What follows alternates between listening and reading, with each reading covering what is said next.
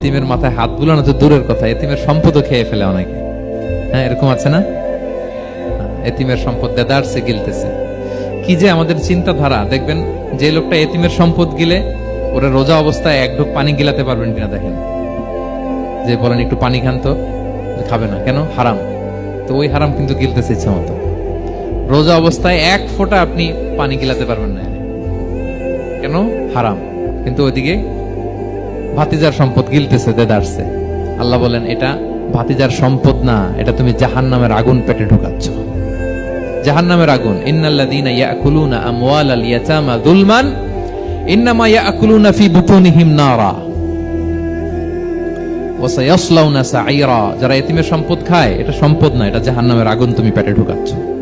so এতিমের প্রতি যেন আমরা নমনীয় হই, তাদের মাথায় হাত বুলাই, তাদের জন্য খরচ করি, তাদের প্রতি যেন আমরা দয়া